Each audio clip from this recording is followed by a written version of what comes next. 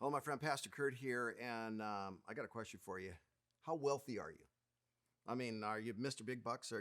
Did you figure out the whole dot-commy, Bitcoiny, GameStopy? Did you short sell the shortingness and just now you're rolling in cash? I hope you did. I hope you made some great financial investments. And in this turbulent time, I hope things are doing well for you financially. But I want to encourage you, especially in this season of building your faith, to not just grow wealthy in one type of wealth. See, most people don't realize there's more than one type of wealth. I know a lot of people, they get to the end of their life and they're very wealthy financially, and they are poor in all of the other types of wealth. Build your financial life, but make sure you're also building the other wealths, because you cannot be fulfilled and you can't do God's purpose if you're only wealthy in one way. What are the other wealths? Well, the first one I could think is spiritual. You see, if you don't have faith in the future, you don't have confidence in the present. When you build your spiritual life, that's really when you start getting strong for the other aspects of your life. The faith, the thing you depend on inside, that's the starting point. And then, of course, there's physical health. Man, I can't tell you how many people, they got a lot of money, but they can't walk across the room because they're too weak and tired and stressed out and worn out by their habits and patterns that wore their body down.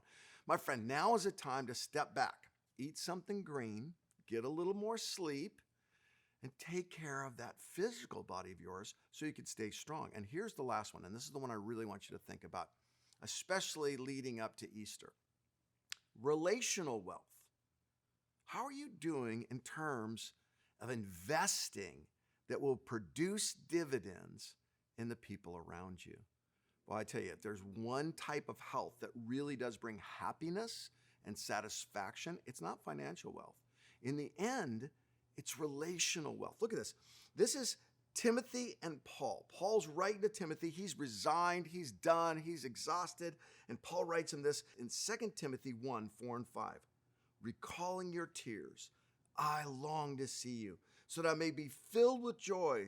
I am reminded of your sincere faith, which first lived in your grandmother Lois and in your mother Eunice, and I'm persuaded now lives in you. You see what he's doing there? He starts with empathy. Man, I'm telling you what, I feel what you feel. I know it's hard. I'm crying with you. But he doesn't stay there at empathy. He goes from empathy to energy. And he calls him up and he says, I know your mama. I know your grandmama. I know your whole family. And I know you, son. You're bigger and better than this. What would happen today if you actually, instead of being more isolated, you encouraged? Instead of withdrawing, you leaned in and said, I'm going to be the sort of person who builds my relational portfolio.